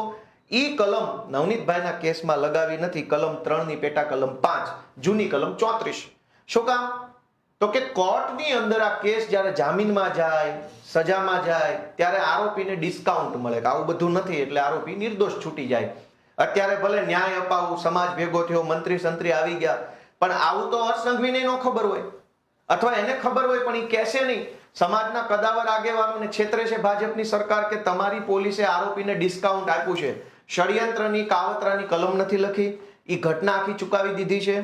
તમામનો ઈરાદો સમાન હતો, નવનીતભાઈને મારવાનો, એ કલમ પણ નથી લખી. બીજું, કાયદામાં એક કલમ છે સહ આરોપીની, મેં તમને હમણાં સમજાવ્યું કે છુપો આરોપી કે જે ઘટના સ્થળે ન હોય અને એક સહ આરોપી ઘટના સ્થળે હાજર હોય, ત્યાં પોતે ઊભો હોય, મારતો હોય, કેમેરાથી વિડીયો ઉતારતો હોય, કંઈ પણ કરતો હોઈ શકે. કલમ 54 છે. આ આખામાં ક્યાંય કલમ 54 લગાવેલી નથી. શું કામ? આરોપીને ડિસ્કાઉન્ટ આપવામાં આવ્યું છે ભાજપ સરકાર તરફથી. હવે સમાજ તો ન્યાયની માંગણી કરે છે, ન્યાય આપો, સમાજ ભેગો થઈ ગયો છે, મંત્રી સંત્રી તંત્રી ભારે કદાવર નેતા આવી ગયા છે, પણ પોલીસે તો આરોપીને ડિસ્કાઉન્ટ આપી દીધું છે. હવે એસઆઈટી ની રચના થઈ, બહુ તો શું થશે? પાયલ ગોટીના કેસમાં એસઆઈટી થઈ, છેલ્લે કઈ ફાંસી થઈ ગઈ, મોરબી કાંડમાં એસઆઈટી થઈ, રાજકોટ અગ્નિકાંડમાં એસઆઈટી થઈ. દરેક ઘટનામાં ભાજપ વાળા ગુનેગારોને, ગુંડા બદમાશોને ડિસ્કાઉન્ટ આપે છે. નવનીતભાઈની ઘટનામાં પણ 3 કલમ ઓછી લગાવી અને આરોપીને પોલીસ તરફથી ડિસ્કાઉન્ટ આપવામાં આવ્યું છે. અને ચોથી આઈટી એક્ટની કલમ લાગી નથી. વિડીયો ઉતાર્યો, એ વિડીયો વાયરલ કર્યો, તો એ તો આઈટી એક્ટની કલમ પ્રમાણે તમે કોઈ પણ વિડીયો વાયરલ કરો, ભાજપનો કોઈ વિડીયો બનાવીને ફેસબુકમાં લગાવો તો સાયબર ક્રાઇમ મુજબ અપરાધ થઈ જાય છે. તો કોઈને મારતો વિડીયો જે છે એ અપરાધ કેમ ન બને? તો પોલીસે આ આખી ઘટનાની અંદર આરોપીઓને ડિસ્કાઉન્ટ આપેલું છે, કાવતરું છુપાવ્યું છે, સમાન ઈરાદો છુપાવ્યો છે, સહ આરોપીની હાજરી છુપાવી છે. એટલે હવે સમાજ એકઠો થયો છે, પણ કઈ ન્યાય બાય હું નથી માનતો, કેમ કે આમાં તો બધું ડિસ્કાઉન્ટ આપી દીધું છે આરોપીને. લાંબા ગાળે આરોપીને આનો ફાયદો થઈ જશે. એનાથી આગળ વધીએ કે પોલીસ અને ભાજપ આ બંને ભેગા મળી અને ગુજરાતની કોઈ પણ ઘટનામાં આરોપીઓને ડિસ્કાઉન્ટ આપવાનું કામ કરે છે. અને મેં તમને પહેલા કીધું કે આરોપીને ડિસ્કાઉન્ટ મળે, પોલીસ તરફથી ફાયદો મળે, પ્રોટેક્શન મળે, સવલત મળે, તો આરોપીને ગુનો કરવાનું વધુ મન થાય. 1000 રૂપિયા વાળી વસ્તુ મને 500 માં મળે તો હું 2 વખત ખરીદી કરીશ. ગુજરાતમાં તમામ ગુંડા, બદમાશ, લુખ્ખા, લફંગાઓને હંમેશા પોલીસ તરફથી અને ભાજપની સરકાર તરફથી ડિસ્કાઉન્ટ આપવામાં આવે છે. ઓછી કલમ લગાવે, નામ ન લખે, એજન્સીનું નામ ન લખે, બીજી ત્રીજી બધી જ રીતે આરોપીના બચાવમાં જ તે કાગળ તૈયાર કરવામાં આવે. પણ પબ્લિકને રીલ બતાવી દેવામાં આવે. પબ્લિક રીલ જોઈને ખુશ છે. રીલ બાબતે પણ મારે તમારું એક વાતનું ધ્યાન દોરવું છે કે કોઈ પોલીસ વાળો કોઈને મારવા તૈયાર નથી, ગુંડા બદમાશોને. કેમ કે કાલ તમે કોઈ ગુંડાને પોલીસ પગમાં 2 ધોકા મારે અને ગુંડો પોલીસ વિરુદ્ધ ફરિયાદ આપે તો હર્ષ સંઘવી કયો મેડલ આપી દેશે? આ દરેક ઘટનામાં જે રીલ બને છે એમાં કાયદેસર આરોપીને સમજાવવામાં, શીખવાડવામાં આવ્યું હોય છે કે તું છાનો માનો રીલ બનવા દેજે, અમારી લંગડો ચાલજે, 2 મિનિટની રીલ બની જાય એટલે તુંય છૂટો ને હુંય છૂટો. પોલીસ શું કામ આરોપીને મારે છે? પોલીસની ઉપર આરોપીએ ફરિયાદ કરી અને પોલીસ સસ્પેન્ડ થશે મારવાના ગુનામાં, તો કઈ ભાજપની સરકાર મેડલ આપી દેવાની? એટલે આ રીલ છે એ એક પ્રકારનું નાટક છે. કાગળ ઉપર દરેક આરોપીઓને ડિસ્કાઉન્ટ આપવામાં આવે છે, કાગળ ઉપર દરેક આરોપીનો કોર્ટમાં બચાવ થઈ જાય, નિર્દોષ છૂટી જાય, પાસા ન થાય, ગુસ્સીટોક ન થાય, તડીપાર ન થાય, એના માટે પોલીસ પૂરતી કાળજી લઈને એફઆઈઆર લખે છે. તમામ ઝીણી બાબતોમાં પોલીસ મગજ દોડાવે છે કે કયો આંકડો ખોટો લખવું, કઈ ઘટના ખોટી લખવું, કોનું નામ ખોટું લખવાથી આરોપીને ફાયદો થાય. અને પછી આરોપીને ડિસ્કાઉન્ટ આપ્યા પછી પબ્લિકને ખુશ કરવા જૂઠી રીલો બને છે. પબ્લિકો રીલ જોઈને એવું માને છે કે ન્યાય થઈ ગયો, બરાબર છે, આમ થઈ ગયું, તેમ થઈ ગયું. પણ જો રીલ બનાવવાથી ન્યાય થતો હોત તો તમે જુઓ કે ડિસ્કાઉન્ટ આપવાથી શું થાય છે. એનું જુઓ કે જે લોકો ગુનેગારો છે, ગુંડાઓ, બદમાશો, માથાકૂટિયા માણસો છે, એને ખબર છે કે કોઈ માર્યા બાર્યા નથી, આ તો ફાલતુ રીલ બનાવે છે, અંદર તો મજા જ. એટલે તમે સૌથી પહેલા ગુજરાતમાં છાપું વાંચો કે ગુજરાતમાં ગુનાખોરી વધી. 1 વર્ષમાં ક્રિમિનલ કેસમાં 3.44 લાખનો વધારો. શું કામ વધારો? આરોપીને ડિસ્કાઉન્ટ મળે છે, મજા આવે છે, ગુનો કરો એમાં ફાયદો છે, પોલીસ સપોર્ટ કરે, ભાજપ સપોર્ટ કરે, જેલ તંત્ર બધા જ સપોર્ટ કરે છે. એટલે ગુજરાતમાં ગુનાઓનું પ્રમાણ વધ્યું છે. આવું ચોખ્ખું છે. 1 વર્ષમાં 3.44 લાખ ગુનેગારો વધ્યા એટલા માટે કે દરેક ગુનેગારો જે ક્રિમિનલ માઇન્ડના માણસો છે એને ડિસ્કાઉન્ટ આપવામાં આવે છે. બીજું જુઓ કે આ સાયબર ક્રાઇમ 2022 કરતા 2023માં 31% વધારો. શું કામ? કેમ કે ડિસ્કાઉન્ટ આપે છે. સાયબર ક્રાઇમમાં જે લોકો પકડાય એની પાસેથી પૈસા લઈ અને પોલીસ એની ઓછી કલમ લગાડે, હળવી કલમ લગાડે, રિમાન્ડ ન લે અને કેસ રફે દફે કરી નાખે. એટલે જે સાયબર ક્રાઇમ કરનારો માણસ છે એ એક કેસમાં પકડાય પછી એને ખબર પડી જાય કે હવે તો 10 વાર પકડાવતો હોય કોઈ ફરક નહીં પડે, આપણે ફલાણા સાહેબારે ઓળખાણ થઈ ગઈ છે, પૈસા લઈને બધું રફે દફે કરી નાખશે. દરેક કેસમાં ગુનેગારોને ડિસ્કાઉન્ટ આપવામાં આવે છે એટલે ગુનાઓ વધતા જાય છે. આ છાપું વાંચો, ડિસ્કાઉન્ટ કેટલું છે. ગુજરાતમાં 100 દિવસમાં 550 દુષ્કર્મ અને છેડતી. પછી નીચે લખ્યું છે કે 2 થી વધારે દુષ્કર્મ થાય છે અને રોજ સરેરાશની 5 થી વધુ અપહરણની ઘટનાઓ બને છે. શું કામ? કે આ દુષ્કર્મ, છેડતી, અપહરણની ફરિયાદ લખાવા તમે જાઓ તો પોલીસ હંમેશા ગુનેગારની તરફેણમાં વાત કરે કે એફઆઈઆર નહીં લખાય, આ તમે ખોટા છો, અરજી આપી દો, તપાસ કરશું, જોશું, આમ છે તેમ છે, બાના કાઢે અને ગુનેગારોને ડિસ્કાઉન્ટ આપવામાં આવે છે. અને એટલે ગુનેગારોની હિંમત વધી જાય છે. આ સમાચાર ઉપર ફોકસ કરો ભાઈ. અહીંયા ખૂણામાં અહીં શું લખ્યું છે છાપામાં? આ સમાચારમાં આ જોઈ લો. એમાં એવું લખ્યું છે કે સુરતમાં લોકો કામે જતા પહેલા દીકરીઓને ઘરમાં પૂરી અને દરવાજે તાળા મારે છે. આટલી હદે ગુનેગારોને તો જેલમાં પૂરીને તાળા નથી મારવા પડતા. લોકો એટલી હદે, પોલીસ એટલી હદે ગુનેગારોને છાવરે છે, ગુંડા બદમાશોને એટલો બધો સપોર્ટ આપે છે કે ગુંડાઓની હિંમત એટલી વધી ગઈ છે કે ગમે તે કરો પોલીસ જ અમને બચાવી લે છે. ગુંડાઓને વિશ્વાસ જ પોલીસ ઉપર છે. અને પોલીસમાં આવું કેમ થયું? કેમ કે ગૃહમંત્રી બહુ મહાન માણસોને બનાવવામાં આવ્યા છે, મુખ્યમંત્રી એનાથી મહાન છે, એટલે ગુંડાઓને સરકાર ડિસ્કાઉન્ટ આપે છે. એના પરિણામે ગુજરાતની પરિસ્થિતિ જુઓ કે ગુજરાતમાં અપહરણ કરાયેલા 437 લોકોમાંથી 437 લોકોનો અતોપતો નથી. અપહરણ થયું પણ આજની તારીખમાં પોલીસને માણસ મળતો નથી. ચૈતર વસાવા, રાજુ કરપડા આંદોલન ઉપર ઉતરવાના હોય તો એને અંધારામાંથી ગોતી આવે છે, ગમે ત્યાંથી ગોતી લે. સીએમ નો પ્રોગ્રામ હોય તો આમ આદમી પાર્ટીના કાર્યકર્તાને ગમે ત્યાંથી ગોતી કાઢે છે, એલસીબી, ક્રાઇમ બ્રાન્ચ વગેરે. પણ અપહરણ કરાયેલા 474 લોકો પોલીસને આજ દિવસ સુધી મળતા નથી. શું કામ? કે આ અપહરણ કરનારી ટોળકીને પોલીસ તરફથી, ભાજપની સરકાર તરફથી ડિસ્કાઉન્ટ આપવામાં આવ્યું છે. તમે તારે ક્રાઇમ થાય એટલો કરો, અમને અમારું દેતા રહેજો. ભાજપમાં થોડુંક દો, થોડુંક અમને દઈ દો. પબ્લિક તો હિન્દુ મુસલમાન કરીને મત આપવા તૈયાર જ બેઠી છે. ત્યારબાદ ગુજરાતમાં 898 કરોડ રૂપિયાના અલગ અલગ મુદ્દામાલની ચોરી થઈ. એમાંથી 643 કરોડનો મુદ્દામાલ મળ્યો જ નથી. 898 એટલે ઓલમોસ્ટ 900 કરોડ રૂપિયાની ચોરી થઈ. અલગ અલગ, કોઈનો મોબાઈલ, કોઈનું સોનું ચાંદી, કોઈના ઘરેણા, કોઈનું કોમ્પ્યુટર, કોઈની 4 વ્હીલ, કોઈની 2 વ્હીલ. એમાંથી 643 કરોડ રૂપિયાનો મુદ્દામાલ તો હજુ સુધી કોઈને મળ્યો નથી. તો આ 643 કરોડ રૂપિયાનો મુદ્દામાલ જે ચોર લઈ ગયા, એ ચોર પાસેથી ચૂંટણી ફંડ કોણે લીધું, કટકી કોણે લીધી અને કોણે આ ચોર લોકોને ડિસ્કાઉન્ટ આપ્યું? ચોરને કોઈ બીક નથી. તમે જુઓ કે 5 વર્ષમાં ગુમ થયેલા 10,000 બાળકોમાંથી 3,000નો પતો નથી. 3,000 બાળકો ગુજરાતમાંથી ગુમ થયા છે, એનો કોઈ અતોપતો નથી. એટલા માટે કે ક્રાઇમ કરનારા લોકો છે એને ડિસ્કાઉન્ટ સરકાર જ આપે છે કે થાય એટલો ક્રાઇમ કરો, અમને હપ્તા દેતા રહેજો, એટલે બાકી કઈ વાંધો નથી. હવે તમે જુઓ કે જે ઘટના બહુ ચગી જાય. એક તો તમે જ્યારે ફરિયાદ લખાવા જાઓ છો તો પોલીસ ફરિયાદ લખવા જ તૈયાર નથી. માંડ ફરિયાદ લખાવો તો જેવી તેવી ફરિયાદ લખે છે. કેટલાક કિસ્સામાં વિડીયો વાયરલ થઈ જાય, ખૂબ બધું ભમાભમી મચી જાય, એટલે પરાણે એફઆઈઆર દાખલ કરવી પડે તો આરોપીઓને ડિસ્કાઉન્ટ મળે, કલમ ઓછી લગાવે, વાક્યો બદલી નાખે, શબ્દો બદલી નાખે, નામ છુપાવે.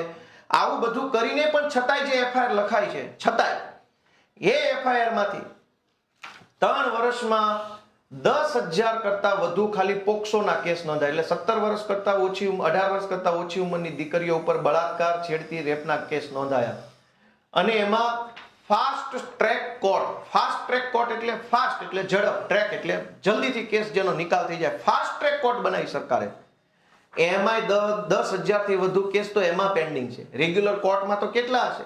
ફાસ્ટ ટ્રેક કોર્ટ એટલે અલગથી સ્પેશિયલ કોર્ટ 18 વર્ષથી નીચેની દીકરીઓ સાથે બળાત્કાર છેડતી કઈ ઘટના બને એની સ્પેશિયલ કોર્ટમાં 10,000 કેસ 3 વર્ષમાં ખાલી 10,000 કેસ તો પેન્ડિંગ છે. અને આ 10,000 કેસ કેવા હશે જે બહુ ચકચારી હશે, સમાજે વિરોધ કર્યો હોય, આંદોલન થઈ ગયું હોય, વિડીયો વાયરલ થઈ ગયો હોય, સોશિયલ મીડિયામાં હોવા થઈ ગઈ હોય તો લખે. છાના ખૂણે કોઈ નિર્દોષ દીકરી આરે ઘટના બની ગઈ હોય તો ગુજરાતમાં આરોપી તરફે હંમેશા ભાજપ સરકાર ઊભી છે. આરોપીનું હિત એ જ ભાજપાની જીત, એ સૂત્ર સાથે બધા લાગેલા છે. ત્યારબાદ આ કોર્ટોમાં કેસ પેન્ડિંગ છે, 10,000 કેસ સ્પેશિયલ કોર્ટમાં પેન્ડિંગ છે. તો રેગ્યુલર કોર્ટની તો હાલત જ ક્યાં ચર્ચા કરવા જેવી. છતાંય જે કાંઈ કેસ કોર્ટમાં હાલે છે, ભલે પેન્ડિંગ પણ તોય 2-5 કેસ તો હાલતા હશે. એ જે કેસ હાલે છે એની અંદર માત્ર 40% લોકો દોષિત સાબિત થાય છે. સજા તો નહીં જ, હજુ તો સાબિત થવાની. 160 કેસ સાબિત નથી થતા. ગુજરાતમાં ભ્રષ્ટાચારના કેસો વધ્યા અને 40% કેસમાં દોષિત ઠર્યા. એક તો FIR થતી નથી, માંડ થાય તો એમાં આરોપીઓને ડિસ્કાઉન્ટ આપવામાં આવે છે. એ છતાંય જે FIR થઈ એ કોર્ટમાં વર્ષો સુધી પેન્ડિંગ રહેશે. પેન્ડિંગ રહ્યા પછી માંડ કેસ હાલે તો 40% દોષિત ઠરે છે, બાકીના તો ભગવાન ભરોસે છૂટી જાય છે. આવું બધું શું કામ થાય છે? તમે જુઓ કે શાળા કોલેજોની અંદર વિદ્યાર્થીનીઓ અસલામત અને ખાખી વર્દી નિષ્ક્રિય. શું કામ? આરોપીઓને સરકાર તરફથી ડિસ્કાઉન્ટ આપવામાં આવ્યું છે. તમારામાં જેટલી ક્ષમતા હોય એટલા ગુનાઓ કરો, ભાજપની સરકાર તમારા માટે બેઠી છે. આ 2025 નું છાપું છે, 13/10/2025. અમદાવાદમાં છેડતીના કિસ્સાઓ વધ્યા. દર મહિને 20 ગુનાઓ નોંધાય છે. દર મહિને 20 તો ગુનાઓ નોંધવા પડે છે, નોંધાય છે નહીં, ફરજ પડે. વિડીયો વાયરલ થઈ ગયો, કોઈ રાજકીય નેતા આવ્યા, કોઈ આગેવાન આવ્યા, હો હલ્લો થઈ ગયો, એટલે 20 તો નોંધવા પડે છે એમ લખવું જોઈએ. દર મહિને 20 નોંધવા પડે છે. બનતી તો 200 ઘટના હશે, પણ કોઈને ફરક પડતો નથી, કેમ કે ગૃહમંત્રીના રાજમાં ગુંડાઓ જે છે એને રેલમ છેલ છે, ડિસ્કાઉન્ટ આપવામાં આવે છે. પોલીસ તરફથી કાગળ નબળા બનાવવામાં આવે, રીલ સારી બનાવવામાં આવે. રીલ એકદમ મસ્ત બનાવવાની, કાગળ બધા બોગસ બનાવવાના. આ જુઓ 26/11/2025 નું છાપું છે, જૂનું નથી. રૂપિયા 2400 કરોડનું ડ્રગ્સ પકડાયું. તે ઇન્ફિનિટી કંપની ફરીથી કેવી રીતે શરૂ થઈ? ગુજરાતમાં ઇન્ફિનિટી નામની કંપની 2400 કરોડ રૂપિયાનું ડ્રગ્સ બનાવતા પકડાઈ ગઈ રંગે હાથ. અને પકડાઈ, કેસ થયો, બેસ થયો, બધું થયું અને પાછી કંપની ફરીથી ચાલુ થઈ ગઈ. આપણે ત્યાં ગામડામાં જીબી વાળા ખોટું લાઇટની ચોરીનો પેલો કેસ, ખોટો કેસ કરી જાય તો આખી જિંદગી નવું મીટર નથી મળતું, નવું કનેક્શન નથી મળતું. 5,000 રૂપિયાની ચોરીનો કેસ થઈ જાય લાઇટ ચોરીનો તો મીટર નથી મળતું. અને 2400 કરોડનું ડ્રગ્સ જે કંપની વેચતા પકડાય એ કંપની પાછી ચાલુ થઈ ગઈ કમ્પ્લેટ વ્યવસ્થિત ધારાધોરણ પ્રમાણે. કેવી રીતે? બસ આ જ તો ભાજપ સરકારની નીતિ છે. આ જુઓ લ્યો, આમાં તો શું બોલવા જેવું છે? લ્યો બોલો. ધારાસભ્ય મનુ પટેલે ડ્રગ્સ વિશે કરેલી ફરિયાદ પરથી પોલીસે કાર્યવાહી કરી નહીં. શું કામ? તો કે હર્ષભાઈના નેતૃત્વમાં આરોપીઓને ડિસ્કાઉન્ટ આપવાની યોજના હેઠળ ડ્રગ્સના આરોપીઓ પર કોઈ કાર્યવાહી કરવી નહીં. ભાજપના ધારાસભ્યએ ડ્રગ્સની ફરિયાદ કરી, એમાંય કાંઈ ન થયું. તો આરોપીઓને કેટલી હદે ડિસ્કાઉન્ટ સરકાર આપે છે? શું કામ? તો કે આ આવી ગયા મહાપુરુષ. લ્યો, આ મેન મુદ્દો છે, વાંચો શું લખ્યું છે. ગુજરાતની કાયદો વ્યવસ્થા ભલે લથડે, હર્ષ સંઘવીને રસ નથી. શેમાં રસ છે? રીલ બનાવવામાં.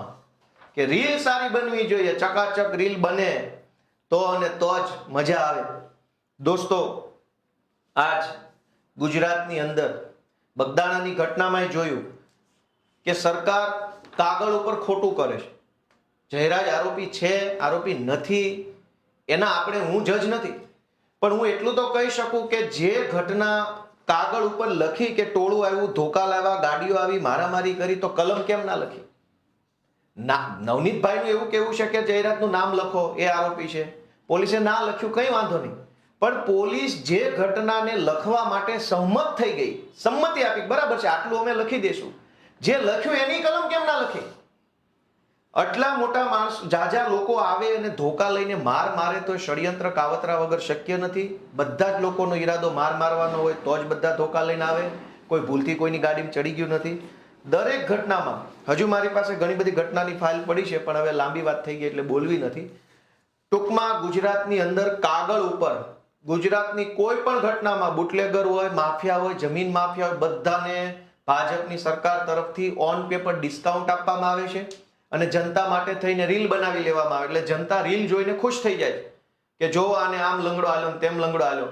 હું તમને હજુ ધ્યાન દોરીશ કે કોઈ પોલીસ વાળો પોતાની નોકરી જોખમમાં નાખવા તૈયાર નથી. બે ધોકા કોઈ શું કામ મારે? આપણે રીલ જોવી છે તો એનો ભોગ પોલીસ થોડો બનશે. કોઈ ઇન્સ્પેક્ટર ગુનેગારને મારવા તૈયાર નથી, કેમ કે પોલીસ અંદરથી જાણે છે કે આ ગૃહમંત્રી તો નાટકબાજ છે, આ તો રીલબાજ છે. એના રીલ બનાવવાના ચક્કરમાં હું 4 ધોકા મારીશ તો મને ક્યાં કોઈ એવોર્ડ આપી દેવાનું છે? એ તો એની વાહવાહી કરાવવા રીલ બનાવડાવે છે પોલીસ પાસે. પાયલ ગોટીની રીલ ગૃહમંત્રીના કહેવાથી અને ગૃહમંત્રીના ખાસ એકદમ જે ટોમી ટાઈપના મિત્રો છે એના કહેવાથી પાયલ ગોટીની રીલ તો પોલીસે બનાવી. પછી પોલીસે જ લખીને આપી દીધું આ કાગળમાં, અદાલતમાં લખીને આપ્યું કે ભાઈ પાયલ ગોટીનું નામ ભૂલથી આવી ગયું છે, એની સામે કોઈ પુરાવો નથી. એનો અર્થ એ થઈ ગયો કે કેટલાક ટોમી ટાઈપના અધિકારીઓ છે એ ભાજપના કહેવાથી રીલો બનાવે છે, રીલો બનાવી જનતામાં એવો ભ્રમ ઉભો કરે છે કે ન્યાય થઈ ગયો. બગદાણાની ઘટનામાં પણ પોલીસે તમને રીલ બનાવીને આપી, સમાજના બધા નેતાઓને કહેવામાં આવ્યું જો ભાઈ રીલ તો બની ગઈ, રીલ તો બની ગઈ, હવે શું ન્યાયની વાત છોડો ભાઈ છોડો.